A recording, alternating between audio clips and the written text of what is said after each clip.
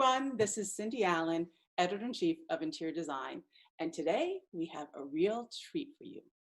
A super dynamic duo. We've got renowned designer Leanne Ford and the Vice President of Product Design and Development in Crate & Barrel, Sebastian Brauer. And these two will give us the inside scoop on everything from inspiration, design vision, Leanne's new book, Work in Progress, and her latest collection for Crate & Barrel. If ever there was a match made in heaven, this seems to be one. Hi, guys. Hi, Cindy, how are you? I am so happy to see both of you. Oh my gosh, this is the dynamic duo. You two at the same screen for me is my happy place. Yay! What a treat, a total treat. That's true. It is a real treat. And Sebastian, when was it that you first met Leanne? I actually first met Leanne over the phone. I had just started at Crate & Barrel. It was about 18 months ago, so almost a year and a half. And it was one of the first calls I took in my new role. And we just had such a great conversation right off the start. And I was like, this is going to be great. We were so in sync, not only with what she wanted to bring to the brand, but also with the plans that I had to evolve such an iconic brand. And it was just a really good match right off the start. And after that, I just got on a plane off to LA, went to Leanne's home in the Palisades, the one that she was living back then, and just had a great energizing conversation. And everything started from there. I remember meeting Leanne for the first time too, and she's very captivating, right? She just like sweeps you right off your feet. Now, Leanne, what was your impression of Sebastian? By the way, you're both very captivating. I would say that's a great word. I'm going to use it more often. Okay. I think that, okay, so I'm on this phone call with Crate & Barrel. I mean, I say this to them all the time, but I would have interned there for free. I mean, I cannot believe I'm on this phone call and we are talking about doing a collaboration. It was such a out-of-body experience for me. And I presented this kind of very large, wide pitch of where I saw this collaboration going, which was very naturally their aesthetic and vibe, very naturally mine, but it was the magic meeting point and then shoot it to the moon a little bit, right? And so I pitched this and there's a new guy on the phone, the Sebastian character, and he is right. I mean, we are on the same wavelength, the same inspiration, the same, looking to the same countries and time and era and lines. And it was, I got off the phone call. I remember I told my husband, I was like, this is going to be so good. This is going to be such a special experience. And yeah, Leanne, what was that like? You're going to get on the phone with Crate & Barrel and talk about a collection. I mean, my God. Yes. I mean, pretty mind-blowing. It's almost a lot of this fun stuff that happens to me is like too big that I miss it. You know what I mean? Like if it happens to my friends, it's more exciting, but it's happening to you, you kind of miss it. But I try to remember because it's pretty crazy. I mean, people are sending me pictures at the window at the Crate & Barrel store, like with me in the background, and it's just all surreal. I have to appreciate it. Yeah, I think you're the right, Sebastian, would you say she's the right type of gal also to handle it all? Because it does seem like a lot, like, our life isn't quick, but it feels like, oh my gosh, she's doing this collection. And for you also just starting out there, although you have a very, very like big history in the trade, and it's pretty cool actually. But you're starting out and you want to do something that you're really, really inspired by. Exactly, and that's what I loved about Leanne. Her approachability, her relaxed ease, and when I looked at her work, to be honest, I wasn't as very familiar with her work when I first started because I had just stepped over a role in fashion, so I was just getting re-immersed in the home industry again. And what I loved about her work was that approachability and that ease. And that's something that I always loved about Crate & Barrel, which actually made me take the job, was that it's a brand that is so good at creating value. And it's so much about democratizing design and making available to a broad range of people. it's also a brand with such great heritage. And I thought that Leanne would be a great step forward to help us reinforce that heritage as we evolve the look and feel of the brand. And I thought it was such a great opportunity right off the bat, and we just jumped on it. And I've always thought that good design is always about good dialogue and a good conversation. And it started right off the bat like that. And if you're committing to working with someone for a year, the chemistry has to be there, that alignment has to be there. And it just felt so right for us and for in the direction that we wanted to start to take the brand. So it was a really good match. I love that you say like good dialogue, because like Leanne has her own, she definitely has her own spirit, but her own language, and that sort of like easy breezy, but I'm confident and I'm writing it down and I'm scribbling on the back of the wall and it all looks great. It is like kind of a language. And so that must have been also kind of exciting because you believed in that and there was this person who was right there with you. Cindy, Sebastian and I are like Elton, John, and Bernie. Like we just don't know who's who in that sense. Like we take turns being Elton, I feel like. So I love that. I mean, it was so special to collaborate with their team. I mean, Crate and Barrel's team is magical. I mean, they let me play, they let me try different things. They never said no without a fight, you know, like they're like, we did this canyon arched bed. They said, okay, we're gonna figure it out. We're gonna have to do. I mean, how many times they went back and forth, right, Sebastian? But they came back and there was this bed that was literally in my brain that is now in the room. So it was, I mean, the whole team's incredible, I have to say, but we just had so much fun back and forth.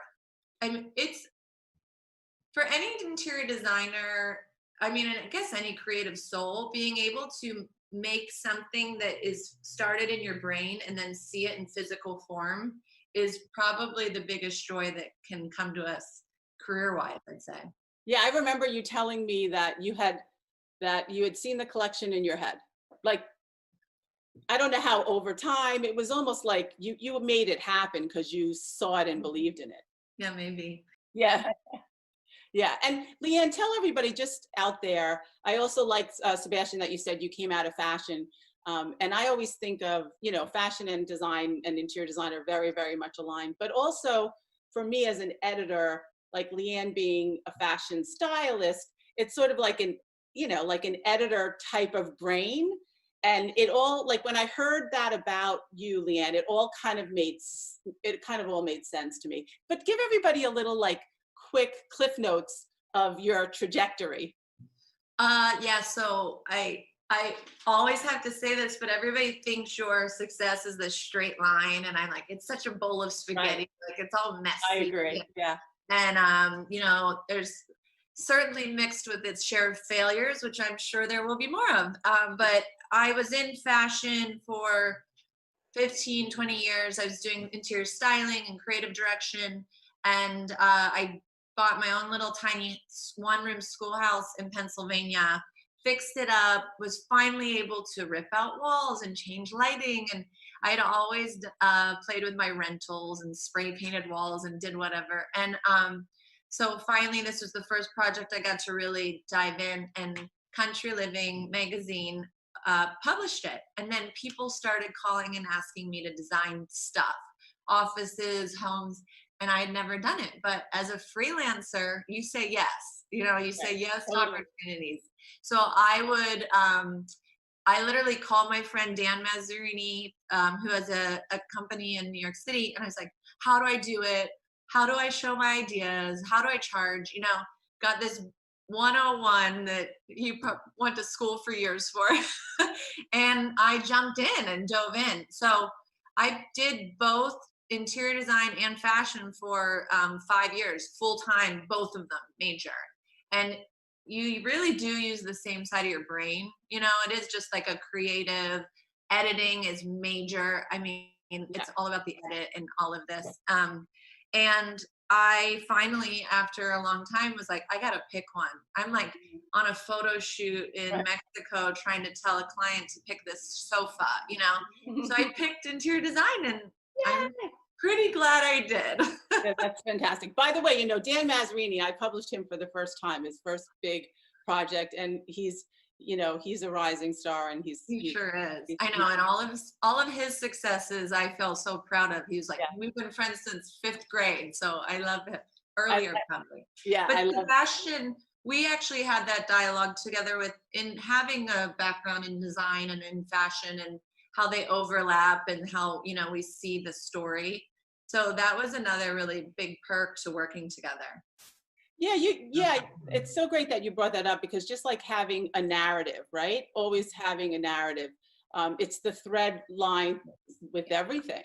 Yeah, it's a concise story that we created, which always for me is a color story automatically. That's like a simple, easy win. If you keep it in this color story, which for me is very neutral, black and white and tans and natural colors, and then you can play.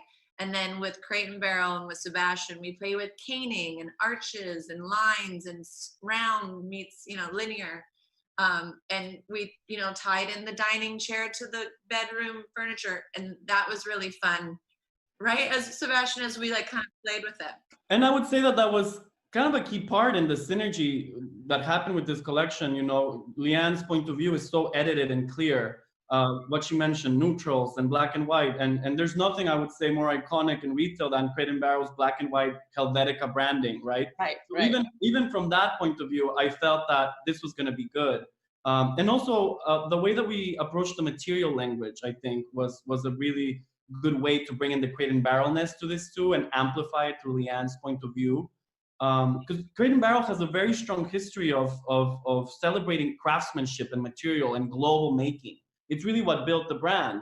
You know, curating from the globe and bringing the great design from Europe to the United States, and then opening up to different regions to bring interesting and new materials to the country through design.